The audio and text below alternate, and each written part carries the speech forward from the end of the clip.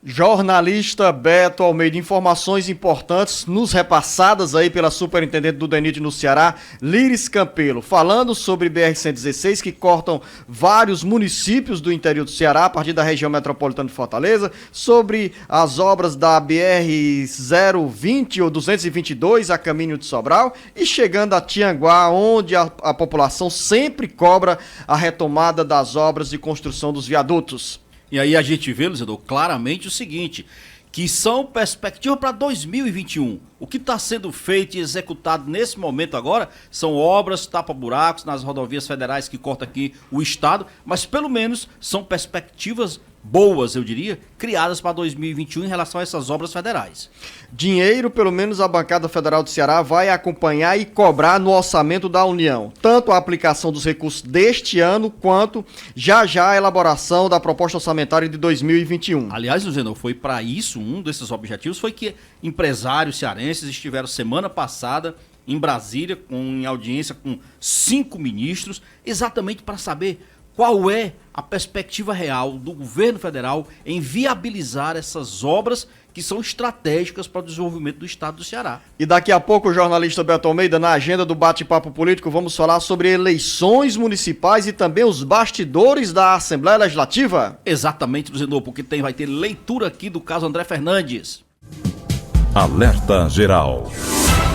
São 7h31, jornalista Beto Almeida. Começamos a semana já com novos prazos do calendário eleitoral em vigência e sendo cumpridos. Um dos dispositivos da legislação eleitoral estabelece que desde o último sábado, dia 15, os servidores municipais entram numa fase de maior preservação, porque não poderão ser demitidos, exonerados, transferidos, assim como também está proibida qualquer alteração ou qualquer autorização dos gestores municipais para elevar remuneração, dar gratificação. São imposições que estão na legislação eleitoral.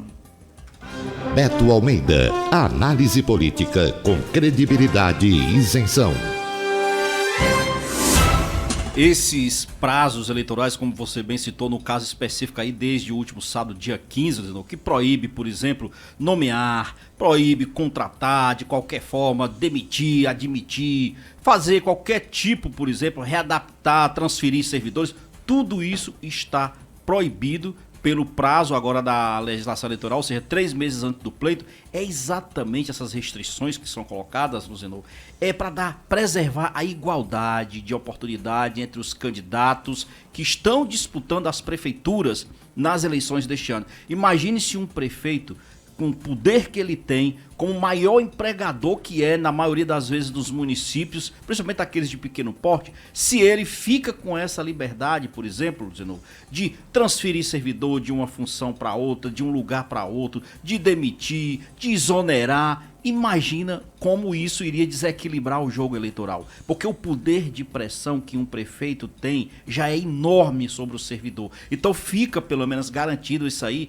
essa questão das condutas vedadas, elas acabam sendo uma coisa útil e necessária para que o pleito não seja tão desigual. Então os servidores fiquem tranquilos em relação a isso. E se tiver algum tipo de pressão de chefe dentro de prefeitura, de Câmara Municipal, se houver algum tipo de irregularidade, que ele se sinta pressionado a manifestar o seu voto, o seu apoio, por exemplo, denuncie ao Ministério Público Eleitoral. Luciano de Oliveira, a coisa anda tão grave no interior dos municípios cearenses que os servidores estão sendo pressionados, por exemplo, eles não podem sequer, sabe aquela mãozinha de curtir, você dá um like numa declaração de um aliado, de um amigo, que faça referência a algum outro candidato à oposição. Meu amigo, ele recebe imediatamente um telefonema ou um WhatsApp dizendo: retira o like, dá dislike, retira o like. Isso se chama pressão, Luciano. Isso se chama pressão sobre o servidor. Ou seja, a legislação eleitoral, ao impor limites para os gestores municipais remanejarem ou promoverem benefícios para os servidores, essas regras estão bem claras na legislação eleitoral. Implicitamente, o gestor tem outros caminhos para agir, como, por exemplo, nesse caso que você acaba de falar, manifestação de servidores públicos municipais entram na linha da censura ou então do estímulo. Quando é para beneficiar a quem está no poder, aí você pode fazer o gestozinho lá de apoio, né?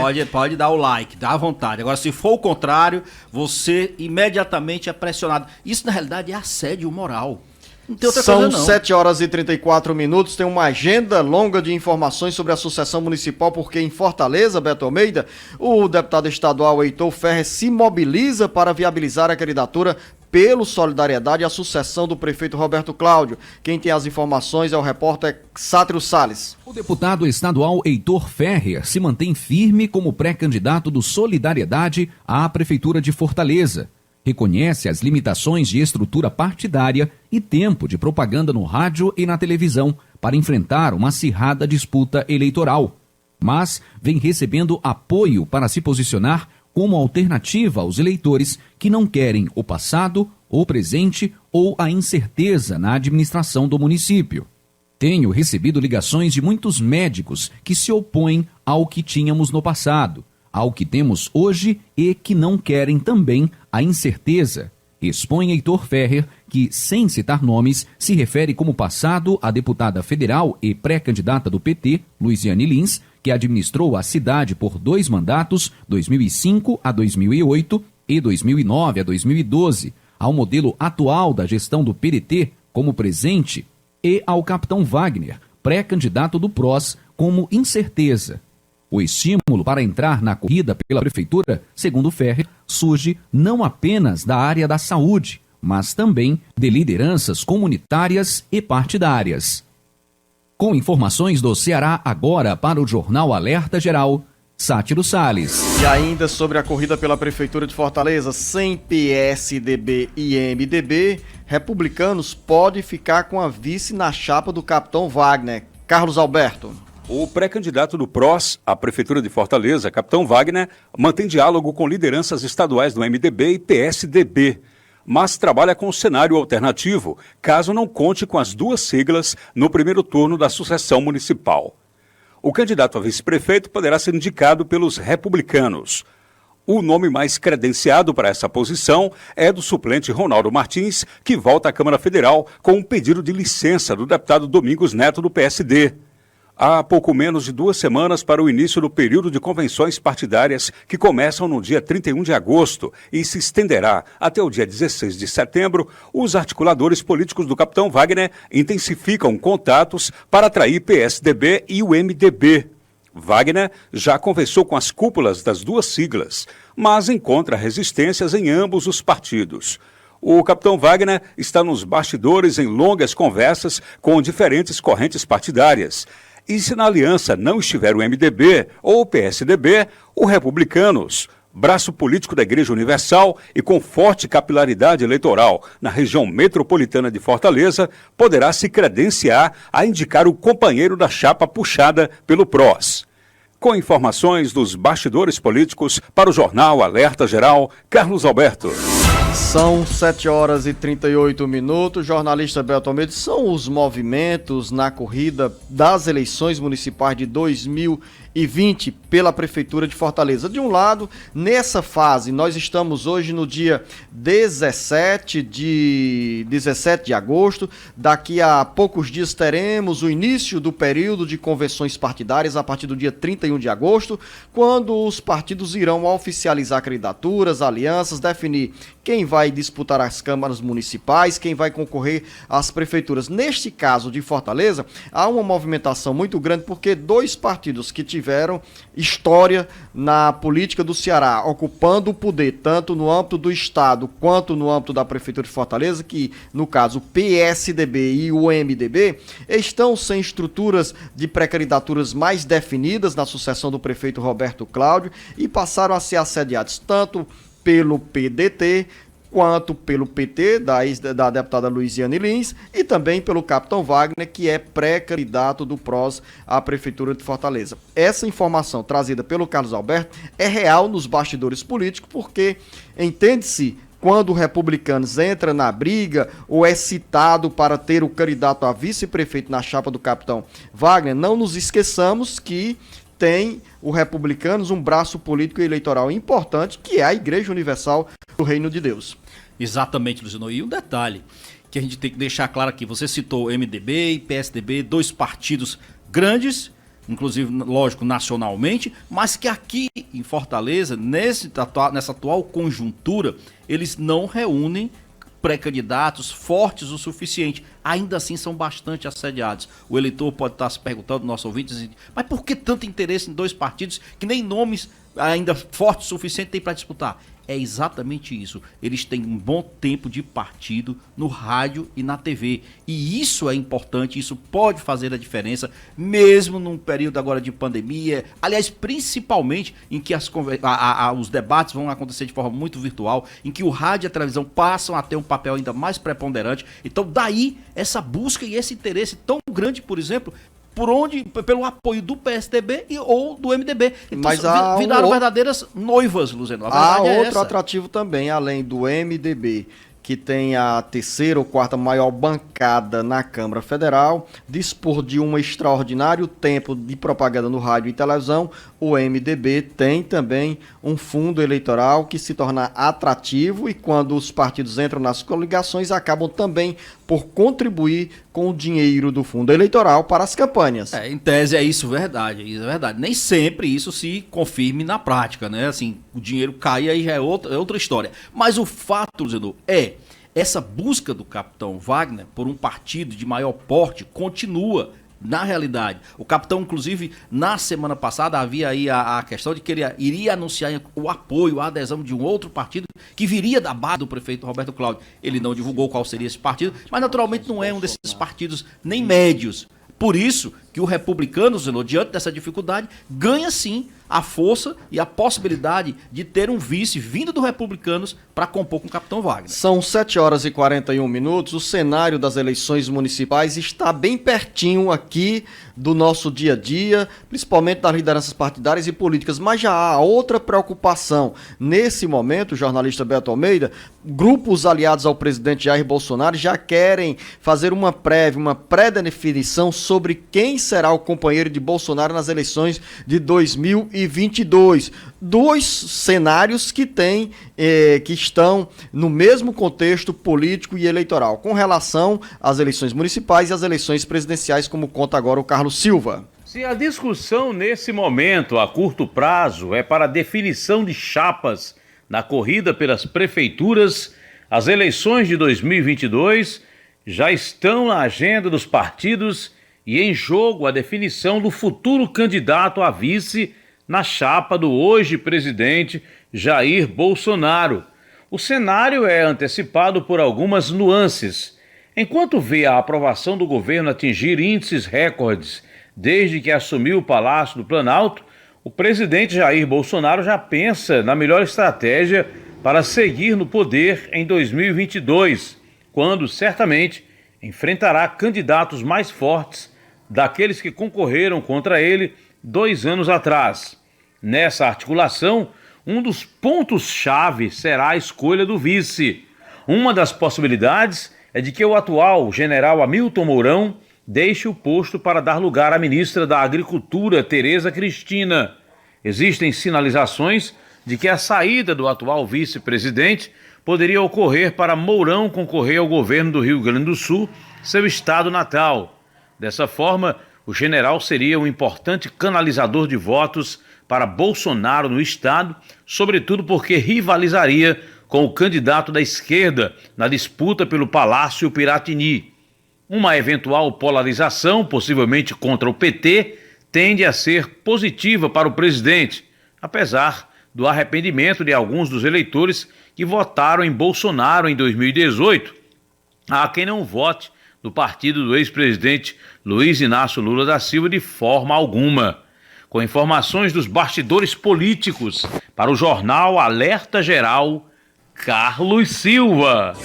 2 pontos, Beto Almeida, 2020 e 2022, que estão umbilicalmente ligados, né? A eleição que se falou hoje para prefeito e vereador, uma eleição que os aliados do presidente Jair Bolsonaro querem tê-lo no palanque, principalmente agora com essa alta popularidade, e já o sol nascente das eleições de 2022. Como hoje todos estão num barco que navega com tranquilidade ou com aparente estabilidade, todos querem entrar e disputar um lugar logo na cabine, ou seja, na presidência e na vice-presidência. Pois é, parece distante, mas você vê que política não há espaço vazio, como se diz, não tem vácuo. E essa questão aí, Luziano, por exemplo, de se trabalhar já o vice, ele trabalha com cuidado porque pode, por exemplo, ferir suscetibilidades ali entre os próprios aliados, né? Nem entre partido de esquerda, que ele não está preocupado com isso. Mas, por exemplo, a indicação agora parece, eu diria, meio extemporânea ainda da ministra, né, da Agricultura, Tereza Cristina. É bom que se diga, Luziano, ela é de fato hoje um dos melhores nomes do ministério do governo Bolsonaro. É ela que, em plena pandemia, está conseguindo fazer com que este país, Luziano, exporte cada vez mais grãos, capte cada vez mais recursos a partir das exportações feitas e ainda possível é filiada ao DEM.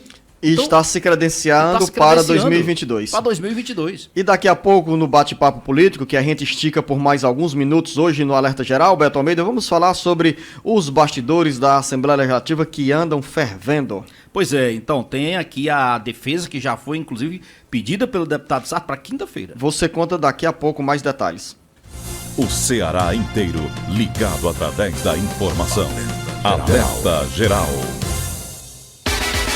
Alerta Geral. Via satélite. Em tempo real. Atenção, empreendedor! Supere os desafios do momento com as orientações, consultorias e cursos online do Sebrae. E ampliamos nossos canais e horários de atendimento. Anote: Central de Atendimento 0800 570 0800. Fale com o especialista pelo site www.ce.sebrae.com.br e o WhatsApp pelo número 859-8139-0634. Atendimento de segunda a sexta, das 8 às 20 horas. E aos sábados de 9 às 15 horas. Sebrae, totalmente digital ao seu lado. A lasanha sai fumegando do forno. O queijo gratinado, o molho denso e borbulhante. Ela pega a faca, corta um pedaço com todo cuidado para não desmontar a lasanha. O queijo estica, a fatia é colocada no prato. Ela sente o aroma, pega o garfo e coloca delicadamente o primeiro pedaço na boca. Tá queimando minha boca! Viu? No rádio é assim. Você não vê, mas enxerga tudo. Fique ligado. Anuncie no rádio. Precisando de crédito? Você, microempreendedor, autônomo e assalariado, temos condições especiais de pagamento e sem burocracia. Liberamos valores de 5 mil até 200 mil reais em até 48 horas, com carência de 3 meses para começar a pagar, com parcelas em até 10 anos. É só aqui na Global Assessoria Financeira. Entre em contato 0 Operadora 31 98975 2079. Repetindo, 0 Operadora 31 98975 2079. A pandemia do coronavírus tem causado danos no mundo inteiro. Aqui no Ceará, o desafio constante tem sido reduzir esses danos. Um desafio que só pode ser enfrentado de uma forma: juntos. A atenção à saúde nunca foi tão necessária. E estamos juntos com os profissionais de saúde, ampliando a oferta de leitos e dando condições para que mais vidas sejam salvas. A renda de milhares de famílias foi comprometida e estamos juntos com ações para reduzir os impactos, principalmente para quem mais precisa. Negócios de todas as áreas foram afetados. Estamos juntos aos trabalhadores e empresas, dialogando e trabalhando pela retomada responsável da economia. A pandemia tem mudado nossas vidas, mas com a garra dos cearenses, temos buscado forças para superar cada desafio e vamos conseguir vencer, sempre juntos. Governo do Ceará. A imagem do seu dia com muita informação. E a notícia mais importante para você, aqui e na internet.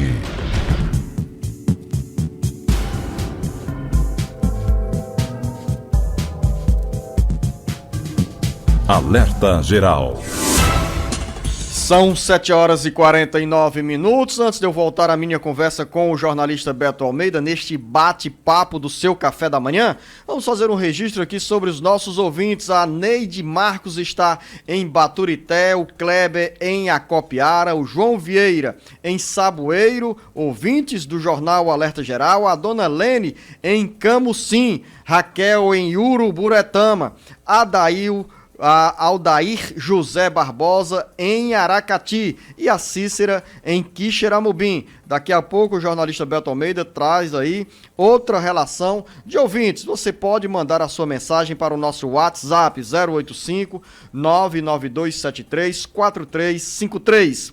São 7h50. Notícias da política. Briga entre lideranças estaduais do MDB e PSD pega fogo nos bastidores políticos. Ex-vice-governador Domingos Filho e deputado Leonardo Araújo, do MDB, estão engalfinhados em uma briga que tem desdobramentos no dia a dia da política. As informações com o Sátiro Salles. Uma semana com uma temperatura elevada nos bastidores políticos. A briga entre o deputado estadual Leonardo Araújo, do MDB, e o presidente da Executiva Regional do PSD, Domingos Filho, tem mais um capítulo. 24 horas após anunciar na Assembleia Legislativa que faria um pronunciamento com algemas nas mãos para mostrar quem verdadeiramente é o agressor, Leonardo se transformou em um alvo de uma representação de Domingos Filho. Leonardo trava um conflito político com a família Aguiar, que tem como líder o ex-vice-governador Domingos Filho. A origem da briga é o conflito entre MDB e PSD. Leonardo saiu em defesa do ex-senador Eunício Oliveira, presidente da Executiva Regional do MDB, que, após ser derrotado em 2018, na corrida pela reeleição ao Senado, viu prefeitos e lideranças municipais do MDB assediadas pela cúpula regional do PSD. Leonardo se queixa também que os aliados seus foram assediados para ingressar no PSD. Os desdobramentos do conflito entre as lideranças estaduais do MDB e PSD, que começou no início do ano passado, se estendem até os dias atuais. Há poucos dias, por exemplo, Leonardo Araújo usou pesadas expressões nas redes sociais contra o ex-vice-governador Domingos Filho, por tentar intimidá-lo com ameaça de pedido de cassação de mandato por quebra de decoro parlamentar. A deputada Patrícia Aguiar, esposa de Domingos, tem se poupado do conflito com Leonardo. Domingos Filho escalou o deputado Osmar Baquite para o contra-ataque a Leonardo Araújo. Com informações do Ceará agora para o Jornal Alerta Geral, Sátiro Salles. É uma briga, jornalista Beto Almeida, que vai ser aquecida ainda mais nesta semana na Assembleia Legislativa, com esse anúncio antecipado do deputado estadual Leonardo Araújo sobre um pronunciamento que ele vai fazer na próxima quinta-feira na Assembleia Legislativa. Como disse o Sátiro Salles, esse conflito começou em meados dos anos de 2019, logo após a derrota do então senador Eunício Oliveira nas eleições de 2018, quando Eunício perdeu a corrida pela reeleição ao Senado e o deputado, o então vice-governador, ou ex-vice-governador e presidente da Executiva Regional do PSD, Domingos Filho, buscou aliados de Eunício no MDB para se filiarem ao PSD. E aí essa briga ganha força naturalmente motivado pelas eleições municipais. E a Assembleia Legislativa aqui, Luciano, acaba sendo palco maior dessas desavenças, o que com certeza já vai exigir uma ação mais firme, mais enérgica aqui, provavelmente do presidente da Assembleia Legislativa, José Sarto, para poder controlar principalmente pronunciamentos aqui na casa. Lembrando que o Leonardo Araújo, o deputado, já até sugeriu fazer aqui um pronunciamento algemado contra o Domingos Filho. Já tem representação. É essa imagem que ele promete levar na quinta-feira e ninguém sabe o que é que ele vai dizer, o que é que ele vai revelar.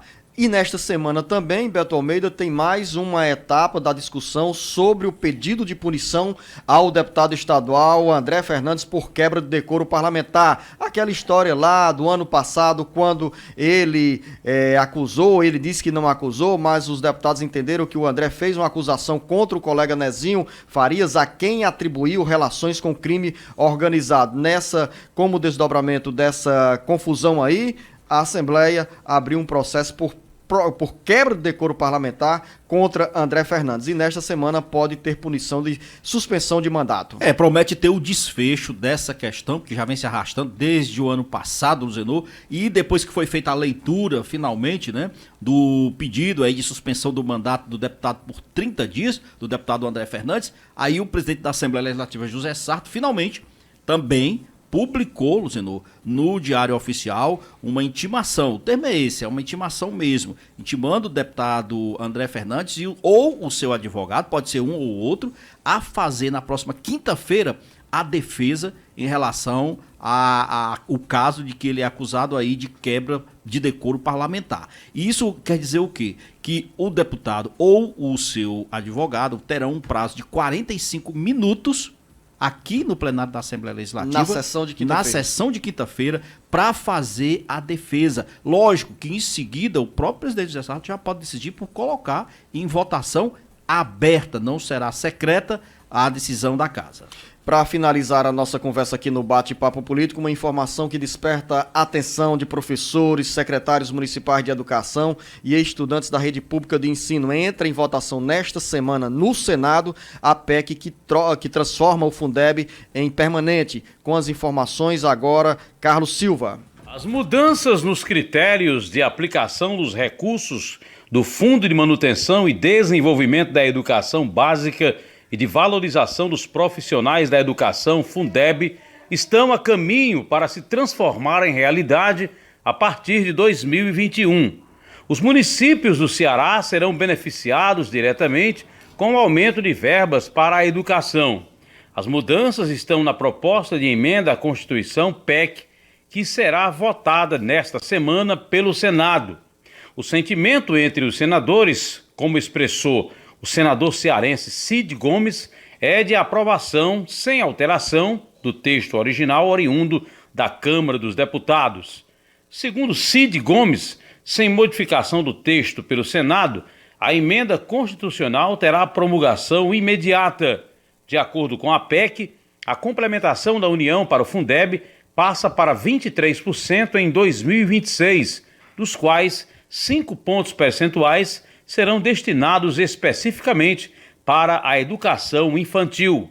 O texto da PEC estabelece que a participação da União no fundo será de 12% em 2021, 15% em 2022, 17% em 2023, 19% em 2024, 21% em 2025, 23% em 2026. Atualmente, o governo federal aporta no Fundeb 10% da contribuição total dos estados e também dos municípios. Com informações dos bastidores políticos, para o jornal Alerta Geral, Carlos Silva. Rodada de ouvintes com ouvintes, Beto Almeida. Só antes de dizer o seguinte, a expectativa em relação ao novo Fundeb aí é muito boa, porque inclusive o relator do projeto no Senado não fez qualquer alteração no texto que foi aprovado na Câmara dos Deputados. Então o indicativo é muito bom de que terça-feira a gente possa ter essa matéria aprovada em 2 turnos, viu, Luciano? Só vamos lá, os nossos ouvintes aqui, o Flávio Ventura e a Ângela Maria, ouvintes aqui do nosso... Não diz de onde é, né, Luciano? Mas vamos para adiante. Pedro Pierre Nascimento está em Brejo Santo, bom dia para ele. O Mazim Barreira está em Lagoa Nova, município de Barreira. Que mais, Luciano? Me ajude aí. Aline está em Fortaleza, Beto Almeida. Chicão Medeiros manda mensagem de Carnaubal na região da Ibiapaba. Eneida em Fortim. E a Elisângela nos acompanha em Russas pela FM 98.5. Lucília Roberto está em Araripe, Luciano, mandando um bom dia para todos nós aqui. O João Alves em Iguatu está nos ouvindo pela 98,9 FM. A Irenice Gregório está também nos mandando aqui um bom dia. E bom dia a você, ouvinte, e a você, internauta, a você, jornalista Beto Almeida. Bom início de segunda-feira, bom início de semana. Tem agora futebol. Bom dia. Alerta Geral. Esporte.